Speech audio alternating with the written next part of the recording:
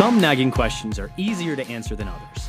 Those, did I pay the cable bill? What's the new guy's name again? Let me Google that for you questions.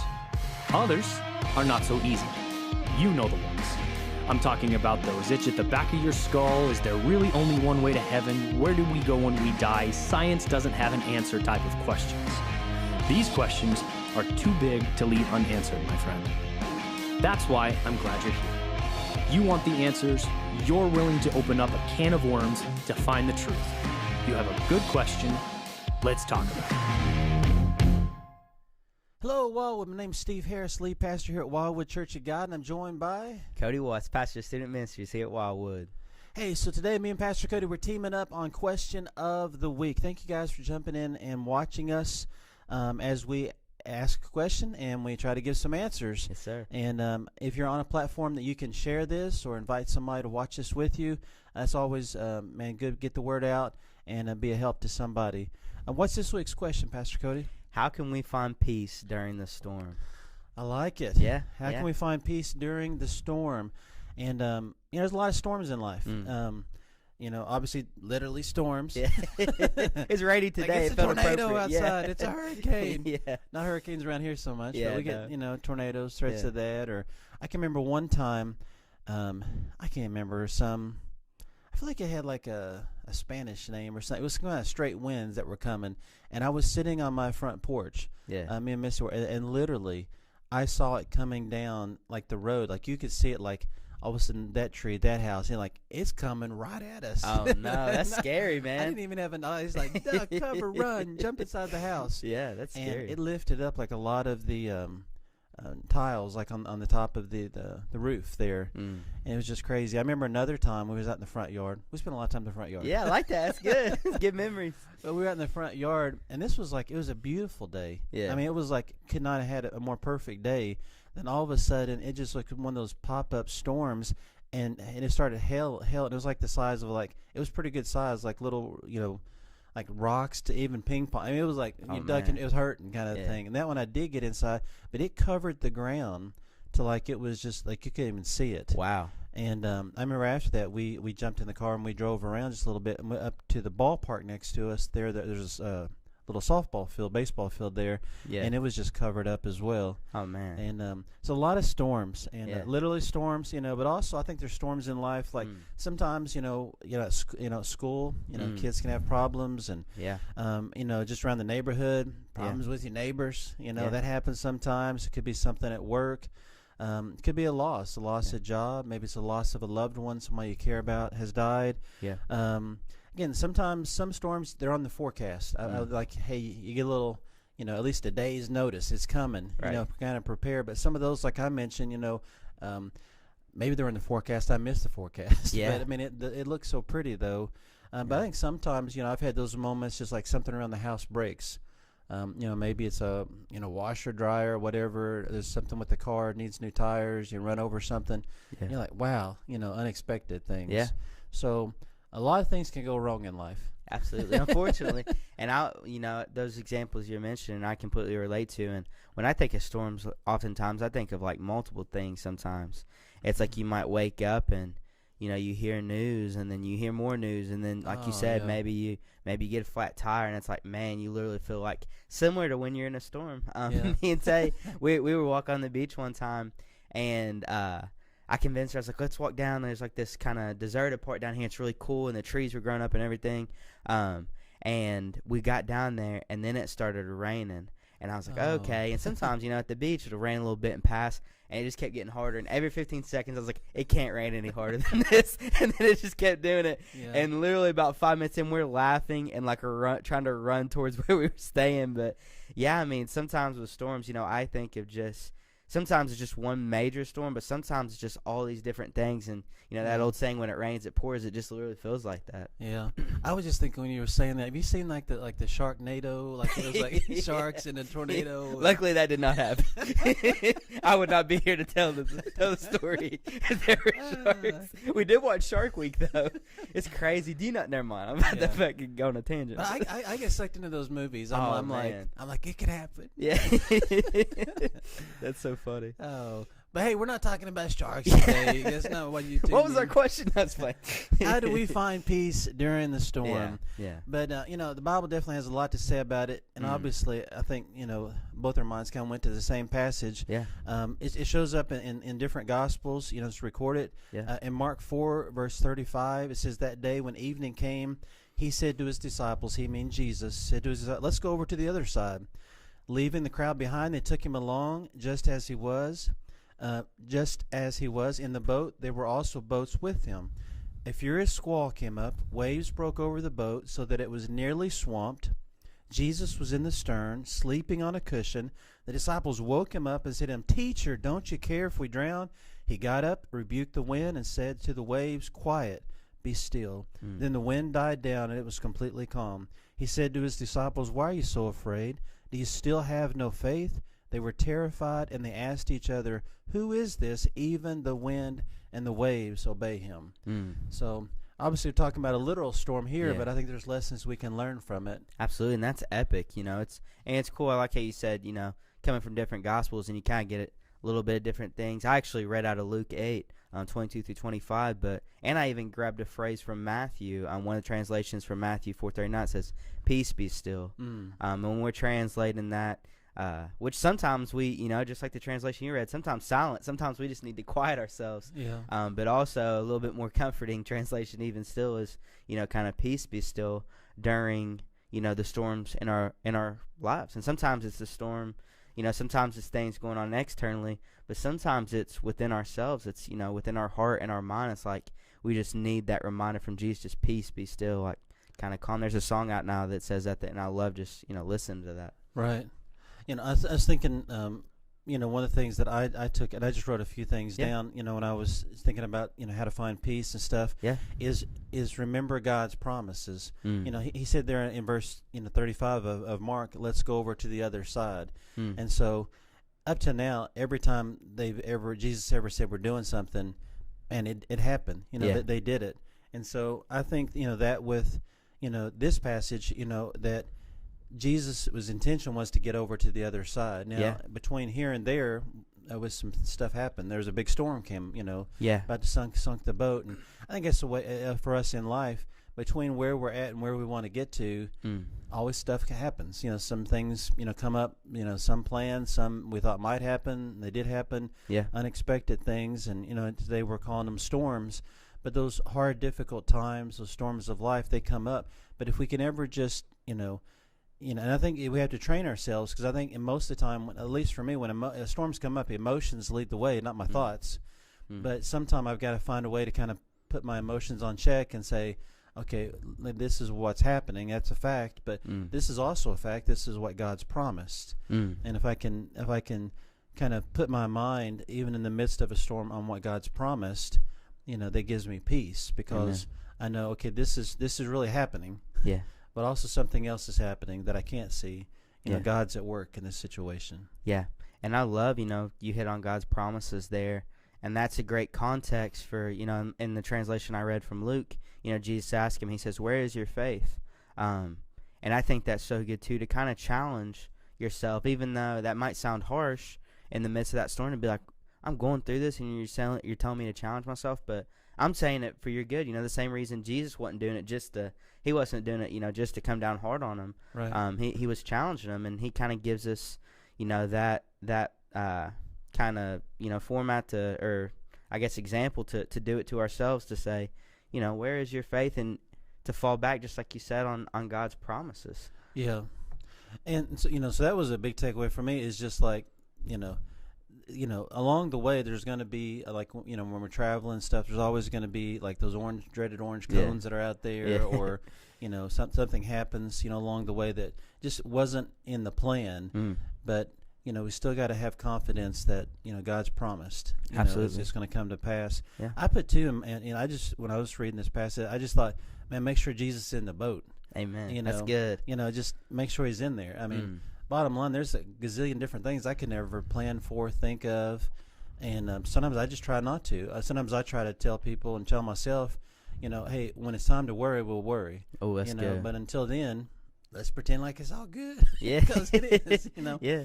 But I know so many times in my life I've robbed the joy of today by worrying about, what's going to happen or might happen, all the what ifs of life. And sometimes it's a pretty good chance they are going to happen. But can I still just enjoy this meal? Yeah. Can I have a good day? Amen. And I see that with Jesus. He's down there sleeping. He's like, okay, I know what's about to happen, but I don't want to. I got 15 minutes here. Yeah. I don't want to lose them. I get some sleep. Yeah. And so I'm trying. Again, this is something I feel like I've gotten better at, but I've definitely not mastered. Yeah. I'm telling you, there could be a storm today in my life that take me right back to zero. I'd be like the disciples crying like, help, about to drown. Yeah. But I feel like I've gotten better at this over the years, not, all the what ifs that might happen, just saying, hey, Jesus is with me. We'll deal with it when it happens. Yeah. And so not driving myself crazy like I used to. Yeah. So cross that bridge when we come to it. Exactly. And I heard, when we were speaking on this, my mom had a saying, which I'm sure she heard from somebody, but it's wise. She said, if you worry about things that haven't happened yet, if it doesn't happen, then you worried for nothing. And if it does happen, then you worried twice. Just like you said, which is so, well, and it connects perfectly with what you said, because we'll worry about it when we get there. Now, obviously, we plan, we try to prepare, but we're limited as humans because we can't see. Jesus goes to sleep knowing, listen, this is going to happen. But again, Jesus speaks a word and the storm stops. Yeah. And he has that confidence and just knows, being God in flesh and the Son of God. But we as humans are limited, and so we have to, instead of relying on, being able to know what's going to happen, we can rely on, I'm just going to put my faith in him. And that's what I kind of, my takeaway from the story we just read is Jesus is always with us and can stop the storm with just a word. And sometimes we just need to ask for his help. Yeah. The disciples, instead of freaking out, if they are just like, wait a second, we've seen, the Messiah perform miracles, and we've heard who he's told us that he is. Let's just go down, because they come to him in a panic and they're like, Master, we're going to drown. Like, teacher, save us. Like, we're going to die if you don't do something. And he's like, listen, you all, and he literally goes up and just, like you said, it says peace, silence, stop, and peace be still. It's depending on which translation, but. Right. And I think, and I agree, man, however you got to get to him and get to Jesus. And I think, when you're, whether it's as a parent, you feel, in over your head with something's going on with your kids, or it's a job situation, something in your going on with the companies you work for, or just whatever the storm is. Yeah. God's always concerned with it. He cares about those things. Yeah. And so I think the disciples, they did good to go down there. They realized, because here you got fishermen. I think they probably tried some stuff. I don't think it was there. Again, this is me reading between the lines, but Peter was a fisherman. They've been on a boat before. They've been in a storm before. It's not like they'd never seen how to deal with this. Yeah. But I think it was the degree. Yeah. The degree of the storm. The boat's about to get swamped. Yeah. And so all the normal stuff that you would do as a fisherman, as someone that's used to being in a boat, used to some water coming over, I feel like they had done all those things, and the severity of it, and we all have a breaking point. Yeah. Most of us can deal with a certain amount of storm, but we all have it's that level. How there's that different, like if you look on the radar, the red, and then the storm, and then maybe the green, the yellow. Yeah. It's when that red's coming your way. Yeah. You're like, I ain't ready to handle that one. Yeah. Just at some point, I think as far as getting back to our question, peace is you've got to, when you realize, hey, I'm not in control, but there is one who is in control, his God, then I can have peace. But if I feel like I always have to have control, I'm probably at a certain level in my heart, in my head, always going to be a little uneasy and not at peace. And that's hard because, most of us, all of us, I'd say as humans, we can deal with, hey, I'm in control. I can handle this. Yeah. But, those storms kind of push us out of that comfort level to like, hey, I get it now. I'm not in control. Yeah. And so I think as for the disciples, they found a place where they literally weren't in control. Yeah. And so they ran to Jesus. Yeah. And I would even argue in times that it feels like, and God will, he'll give us opportunity and let us, sometimes lead in different things in life. But even in those situations where I think sometimes it's more dangerous when you feel like, oh, I am completely in control of this, because in reality, we can't control anything. No. And I think that's kind of what comes to the surface, in these major storms, is kind of that underlying reality that I think we all know to some degree, is that we cannot completely control. They are just, and we have to a certain degree live by faith. And, you know, I kind of double down just, and a lot of things you're speaking on, I kind of double down on that question, you know, there in Luke, is where is your faith?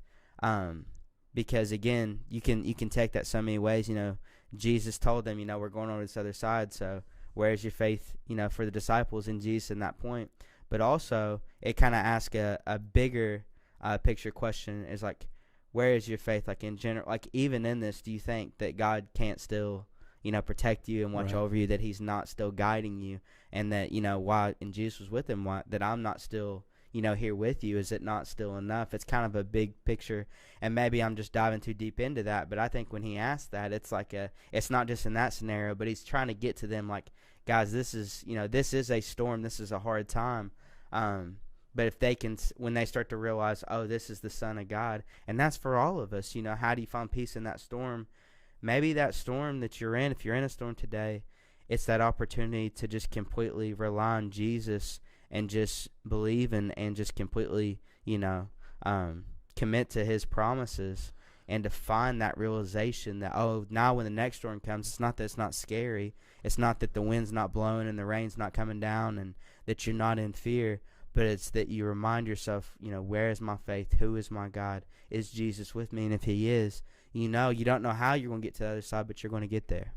Yeah, and I got some great people around me, you know, that have, you know, been through some storms, and man, I get faith, you know, from them, you know, because they're like, man, it's going to be okay. Yeah. It's going to be all right. Yeah. You know, because they've been through those storms. Like you say, you know, they've seen it, man, God's faithful. Yeah. You know, one of the in the text there, the disciples, their big accusation to Jesus when they woke him up is, teacher, don't you care? Yeah. You know, if we drown. Yeah. And again, I think that's human nature. We all, when we're going through the storms, we're like, you know, God must not care. Yeah. You know, or else he would make it stop.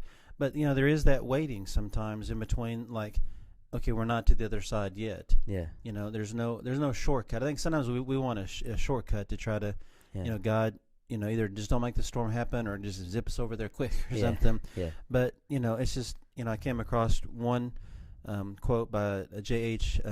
Jowett that says this: to wait for the Lord is to make the Lord the clinging place of the soul, and therefore the resting place, and therefore the growing place. And, you know, that peace, you know, the peace is not the absence of storms. You know, I don't know a way to tell the people who are listening today how to avoid every storm.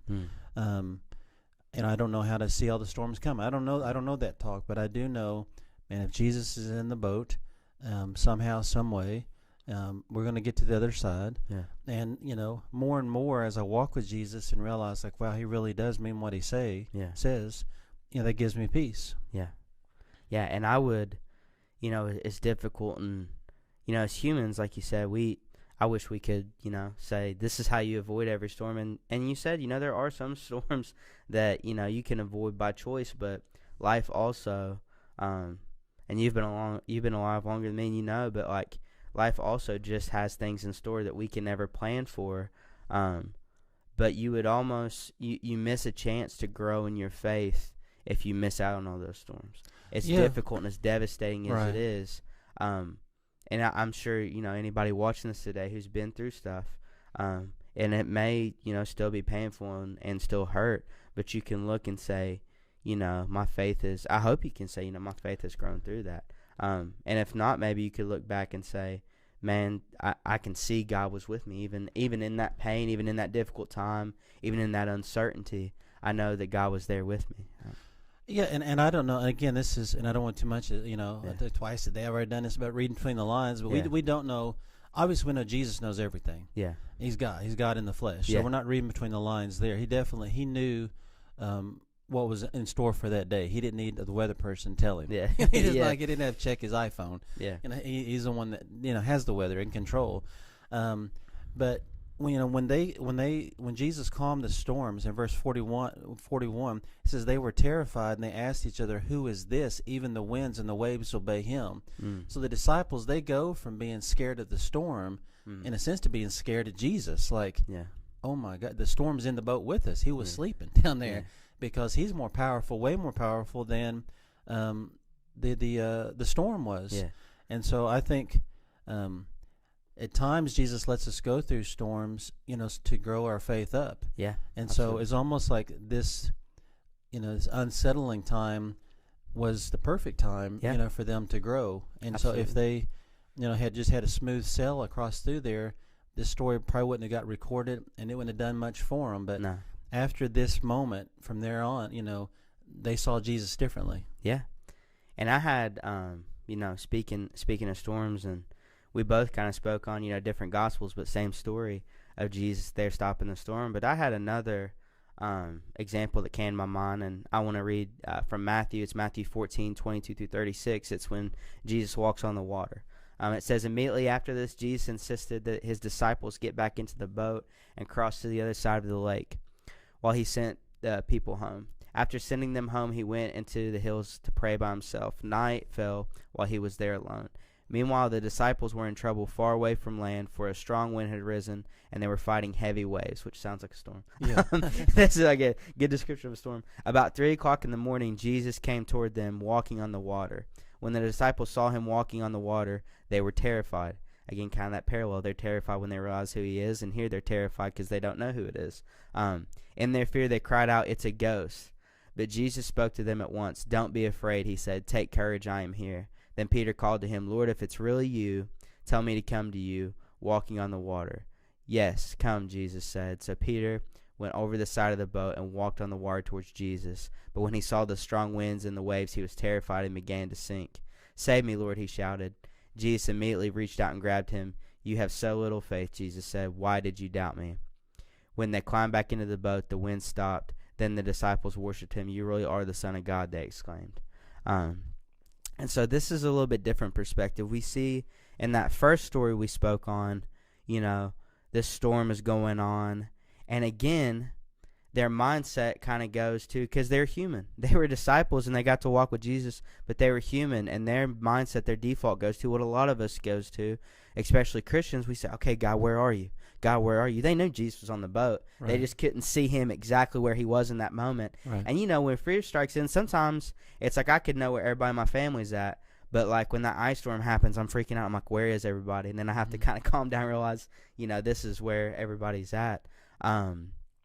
But, they freak out. And then here again we see, Jesus goes into the mountains, to find, just kind of be solitary for a little bit and spend time with the Father in prayer.